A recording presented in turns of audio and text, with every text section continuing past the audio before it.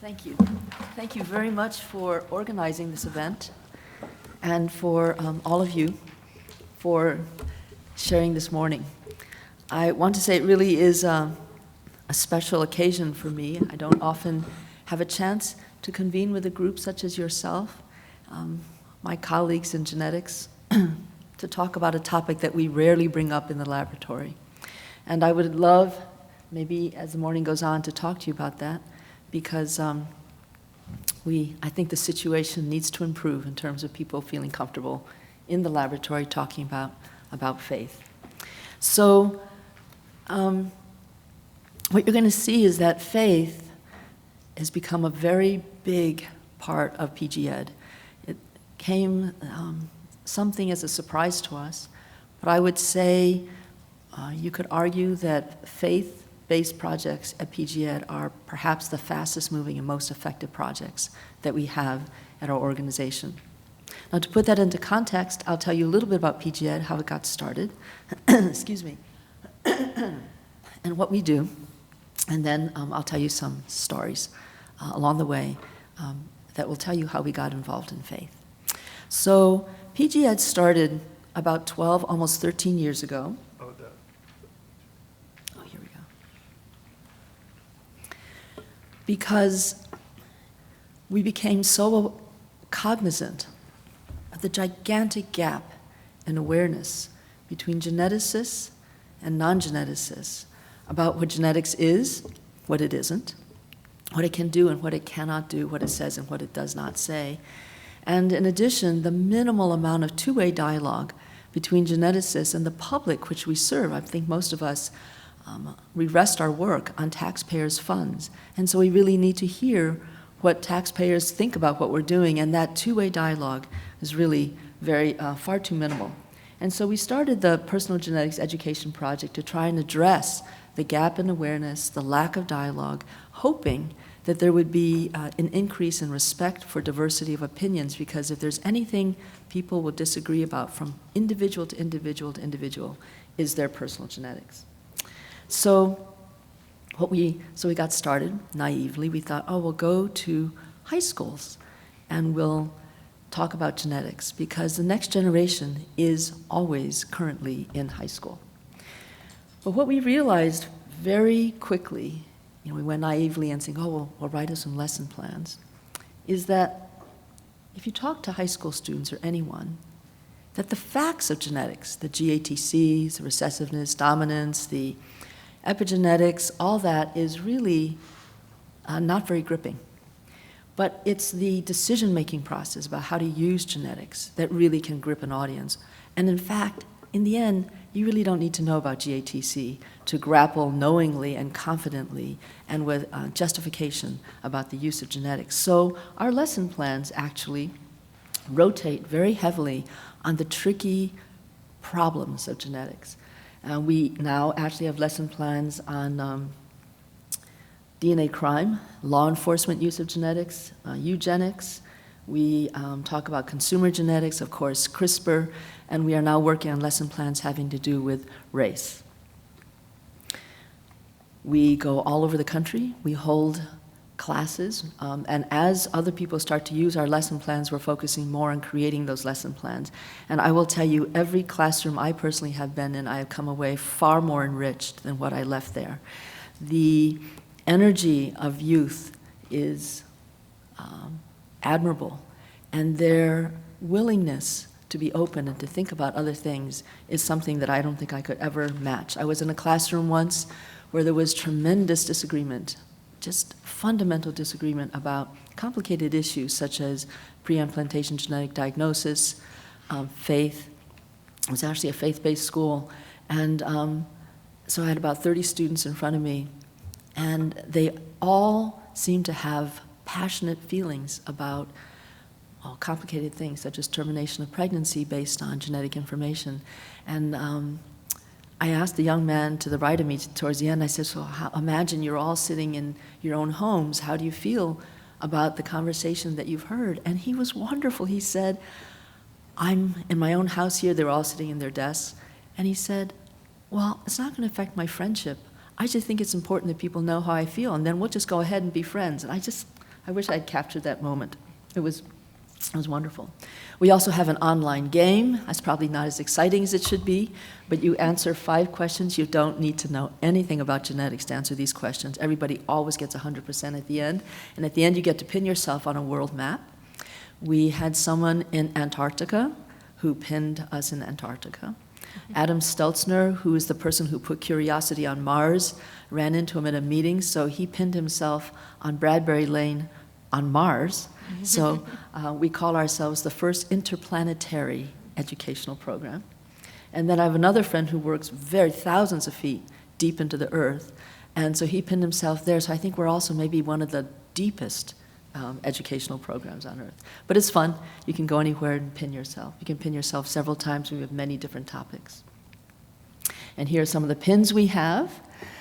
We also do work with film and television, because scalability, I think, is something that anyone in education or engagement struggles with. How do you scale up what you've worked so hard to make available for people? And we could not ignore the fact that film and television can reach tens of millions of people in a weekend, and if they log in or they turn on their television set once a week for the weekly shows, you see them week after week, millions and millions of individuals. And so we've been working with 2 organizations, one called Hollywood Health and Society, and the other being the Science and Entertainment Exchange of the National Academy of Sciences. And what they do is they put, and if you want to be involved, you just have to contact them. They frequently have producers and writers call up because they need to get a particular science fact correct. And these days that's essential, because with blogging and tweeting, when a producer or writer makes a mistake on a show, it just goes viral sometimes. So every once in a while we're contacted and we work with producers and writers. And after a while, we get to know who they are. It's a very competitive environment. Most times I've talked to them, I do not know what show they work on. Everything is anonymous. I don't know who I'm talking to, and I answer questions. I don't answer all questions. Sometimes I'm asked to lay out the details if someone wants to incriminate someone with synthetic DNA, and I just say, I'm sorry, that I will not answer. And then every once in a while, though, you do get to know the producers. They start to come back to you more often, and so we actually got to know the Grey's Anatomy crew quite well. And that, I don't know how many of you watched Grey's Anatomy. I have to admit, I did not, but then I've watched their episodes now. They did something really wonderful in that Bailey, I think, opened up a genome sequencing center, and I'll tell you a bit about that experience. We were answering various questions about genetic disease, how you detect them, what is the basis, and then one day they called up and said, you know, we think we'd like to open a genome sequencing center, which is great. And they said, how much money does it cost? So I told them tens of millions of dollars. How do you get that funding? I said, oh, it takes years. You have to fundraise, you have to write for grants. It's a long, long process. Well, little did I know, they just invented a very wealthy person who donated tens of millions of dollars to the hospital. And so they had their genome sequencing center rather quickly. And then they needed pictures. Like, what does a genome sequencing center look like? So I called up Heidi Ream, my good friend, and I said, Heidi, and she had someone in her lab take photographs of her lab, and then they reproduced that. So what you see when you go to Bailey Sequencing Center is actually Heidi Ream's laboratory. So it's a fun angle. I will say that very often they do bring up the ethical, social issues of genetics, and that is where I think people really become engaged. Hollywood Health and Society has an arrangement with the CDC where the CDC can track what questions come into them after various television shows. And Hollywood Health and Society works with many different television shows. So they can tell that when something, breast cancer or colon cancer or Ebola or anything comes up on one of these shows, that you get a spike in questions at the CDC. So television and film really is quite an effective strategy. Now the National Academy of Sciences has a Science and Entertainment Exchange where they hold retreats. They bring in writers from various shows and also the feature-length blockbuster movies, And you spend sometimes 2 or 3 days about one-to-one, writer versus scientist, discussing the breakthroughs, the cutting edge of science, what's it like to be a scientist, what do scientists struggle with, and I think they've done a fantastic job in increasing the inclusion of science detail in some of the blockbuster films you've seen. It is true, sometimes the detail does not come across exactly the way you would say it, and I want to give this one little anecdotal experience I had where I had my comeuppance. I was talking with with Sandra Buffington of Hollywood Health and Society, and I said, you know, that phrasing, what Bailey said was not exactly the way I would say it. And I think she was prepared. She looked at me and she said, well, how would you have said that? And so I gave her what I thought was a very careful, studied response and how I would have described a particular genetic test. And she said, what's your goal in working with us? I said, well, I would like to really increase awareness of what's going on in genetics. She goes, well, you just lost 20 million viewers with that one sentence. And I thought about it. She goes, do you really think that's going to make a difference for your goal? And I remember on that moment thinking, I don't think I'm compromising myself, but I do want to reach the public. And so I understand now a little better how sometimes the science that we hold so dear, in order to reach individuals, might need to be made more palatable. And the way I remind myself all the time is on April 15th when I'm filing my tax form. I say to myself, if someone were to come and say, let me tell you about item 35, and exactly what item 35 means and how it relates to item 33, I would not ever retain that. But if they said, if you don't fill out item 35, you are going to have a tax auditor coming, then I go, okay, and I fill out item 35. And that, I think, is how film producers and writers think about science. They make it relevant. All right, what's next? Yes, congressional briefings. So we work in schools, we work in communities and libraries, science museums. We go to, I think, what are they called? When you go to a bar and you talk science, all different levels at which you can interact. What are those called? Science cafes, that's right. We do all that. But we also want to interact with the policymakers and with the individuals who represent communities in Washington, D.C. So you know what I should do is check my time. You're fine. I'm fine? Okay. And I happened to talk to someone who works in Congress, and I said, you know, maybe why don't people, when they campaign, bring up genetics? And he said, genetics is the kiss of death if you want to be a politician and get votes. And I thought, that was very clear. We need to do something about this. So we called up Louise Slaughter, Congresswoman from New York, who passed away recently. She was a force. She's a microbiologist. And we said, would you let us come and do a congressional briefing on genetics? And we spent a lot of time negotiating this. I said, we will not complain. We will not ask for funding. We will not blame. We will not bully. We're just going to go there. Our sole goal of PGED is to raise awareness. We actually don't promote genetics. We promote awareness and information dissemination. So she let us come, and we were told if you get 26 people at a congressional briefing, that's a big success. So we thought, well, with genetics, maybe that's what we should aim for, 26. We got 76 people to the first briefing, which was a shock. It told us that people are interested in genetics, and I think many of the people in the audience, so these aren't the senators or the Congress people themselves, we have a few. It's the staffers who come. They are the ones who keep track of everything. Many came because of personal interest. So then because we did not, I guess, demand much, we just went there, present information, we were told after we came home, we thought it was all over, we could relax, they wanted 4 more. So I think there's a really interesting avenue here for communication. So we went back and we did 4 more briefings. The 5th one was actually on space and genetics, and that one was standing room only. We had over 200 registrants. It was, we could not actually accommodate all of them, and this is the room. There's tremendous interest in the use of genetics for protecting astronauts in space, and a lot of ethical discussion about the use of genetics for protecting astronauts in space. And then since then, we've actually gone back and done another one, and we are thinking we would like to tackle the issue of race. So that's been in the works. And here's where I would like to talk specifically about faith. I had not anticipated that faith would become such a big part of our efforts. It sort of crept into our thinking. Starting very early on, I had gone to a high school, very early on, public high school, very near to where I work. And the room, it's a public high school in Boston, the room had about 30 students, all of whom were people of color. The teacher was not a person of color, and that is just the situation a lot in public schools in Boston.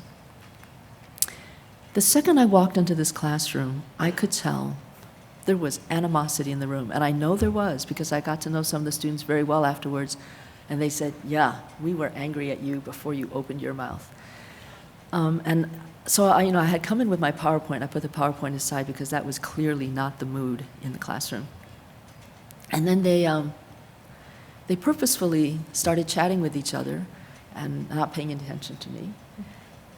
The teacher said, it's all yours. I could not get them to pay any attention whatsoever.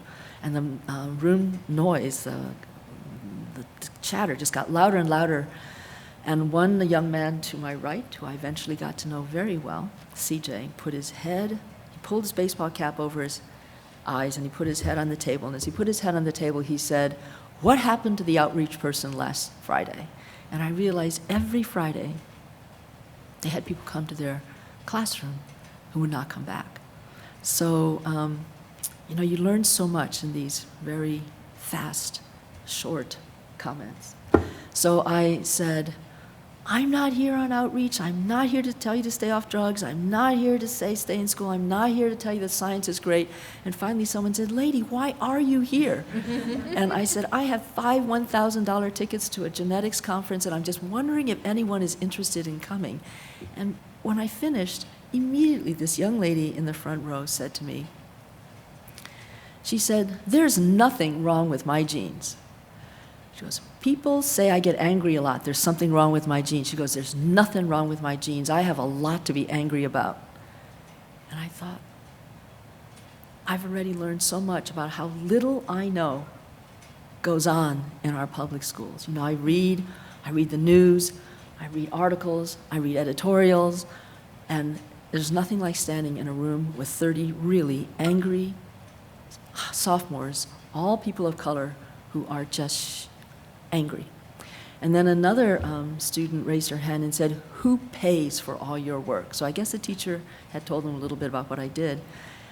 So I told them about NIH and how most of my funding came from taxpayers, and that I was doing research to try and improve health.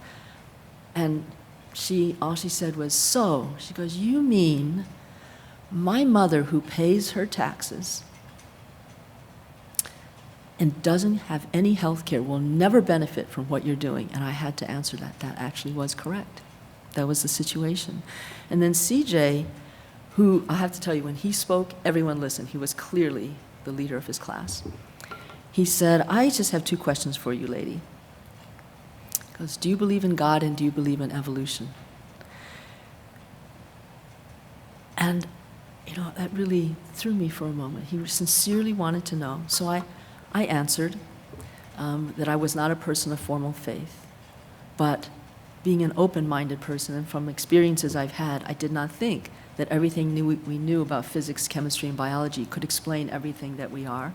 And as for evolution, I said, I see experiments, I see what happens, but science is based on repetition, and as far as I know, Earth was not created twice. So then he said, well, when do these diseases hit? So you could tell that it was very important that he understood where I stood with regard to faith before he was going to engage in a conversation with me. And then he said, so I said, well, a lot of these diseases, they come around when you're older in life, 50s, 60s. And he laughed. He said, lady, I don't care about living to 65. He goes, I just don't want my brothers and sisters stabbed and killed before they're 20. And that was his way of saying, everything you plan to tell me is completely irrelevant to me. And I will tell you, after that point, we had the most amazing conversations, this class and I. They were so frank about how they felt about what we did. And I think it was very early on in PGED days I realized we were coming in quite arrogant, quite inexperienced, and there was a lot of partnership we needed to make. And I've learned since then that partnership and trust, these are words that can be very offensive to some of these communities because it assumes that they will partner with you and assumes that they will eventually trust you. So I've had discussions with my staff, who you will meet later, who have said, you need to come up with another word. So now sometimes we use the word connect, because you can connect in many ways, positively as well as negatively. All right, so this is, after that conversation with, and I'm going to finish up very quickly now. Unfortunately, it took too long with my stories. I started cold-calling churches in my community, especially in the Boston public school system area, because I really wanted to talk with some pastors about how it is churches manage to go into all communities, wealthy as well as extremely disenfranchised, and manage to make a connection with their community. Scientists have so much to learn from that. And I got answering service after answering machine till Pastor Keck picked up his phone. I think I was shocked to hear him. He was shocked to hear me. He says, "Can I help you?" And I said, "I'm a geneticist at Harvard Medical School, and I would love if it's all right to come and talk with your congregation about some of the genetic technologies that are coming along." And I probably babbled a bit because I wasn't expecting to actually talk to someone. And he said, "Please do come. We talk about this quite a bit." So I met his congregation. They were the most understanding group. I am not versed in discussions of faith. We had a conversation where they would periodically say things like, "I think what you want to say here is clergy. I think what you want to say here is the New Testament." So they were wonderful, and I talked about, and CJ came with me. CJ actually worked with PGED for a while. We talked about genetic technologies, and it is clear many of the things geneticists do put into they're in great contrast to faith tenets of many faiths. But when I asked them whether their community, their church, would be willing to work with PGED to disseminate information about genetics, even though they disagreed with many of the things that were being discussed, it was 100% yes, that they would do that. And later on, when I was talking to another pastor, he said, "Of course," he goes, "the house of God does not close its doors." And it's all about helping communities. And so I just want to say that I think I have never come across, time and time again, a greater warmth and dedication to the mission of human welfare than I have come across in terms of, with working with communities of faith. So through that meeting, I got to know Chad Baldanza and Pastor Nathan Bartzi, who are from Christ the King. And they eventually participated in our industry forums. They join us now in a number of conferences we've been at or we've organized having to do with genetics. They are wonderful resources in helping people figure out this intersection between science and faith. And they are very accommodating and understanding of every step that I have to learn along the way. This is Michael Friend and Shakir Cannon. I met them through Joe Handelsman of the Office of Science and Technology Policy under Obama. They had approached Obama's group to ask about including their minority coalition, primarily African Americans, because of the issue of sickle cell. The African American community is ravaged by sickle cell in our nation. And matching that is a desire to, in some communities, to apply genetic information. Matching that is, as you can understand, hugely justified suspicion and concern about working with a community that has in the past greatly mistreated their community. But Michael and Shakir are dedicated, well, Michael, I have to tell you, Shakir actually had sickle cell and he passed away recently. Very young man, huge dedication, huge loss to his community. Michael carries on alone to try and infuse more genetic information into his community. So we are now working through churches that we met through Michael and Shakir. We also have made a connection with Louise Wang, who is Assistant Dean and head of the Center for Research and Science at Azusa Pacific University, a very prominent Christian university, and she and I thought we'd test the waters. She called me one day and asked if I would come. Of course I would come to Azusa Pacific. The room was packed. The conversation was great. And once again, although there was a lot of discussion about the ethics of some of what geneticists do, there was complete agreement that we would work together to try and reach communities that we might otherwise not be able to reach. And then, in fact, Louisa went and organized another meeting recently bringing many universities together, and that is Michael Doherty of ASHG. He often participates with PGED, and here he's leading a discussion in what we call a Four Corners activity. And then we also have a Muslim group that we're working with in Cambridge. The chaplain at Harvard is Khalil, and he's bringing together his Muslim community to also discuss genetics and the Muslim religion. And then finally, I really want to acknowledge Jennifer Doudna. So Jennifer, as you know, CRISPR fame, recently got the Gairdner Prize, and she, in recognition of the need to engage with non-geneticists on these very complicated issues, donated the entirety of her Gairdner Award to PGED and has continued to support PGED. And when I asked her what project in particular she wanted us to dedicate these funds to, she said it was communities of faith. So thanks very much to her, we've been able to expand our project. And I will just tell you that PGED recently has formed a consortium, and we are about to expand. You can see the groups that have joined this consortium, and I need to explain very briefly how that group came about. We realized that our little Department of Genetics could not possibly manage to scale up the way we need to scale up. And there were issues happening in our country, race-based divide, animosity, just becoming rampant. And so we had an idea. We weren't sure how well it would go over, so we contacted these institutions, in part because, as we called them up, we said, this is not an award.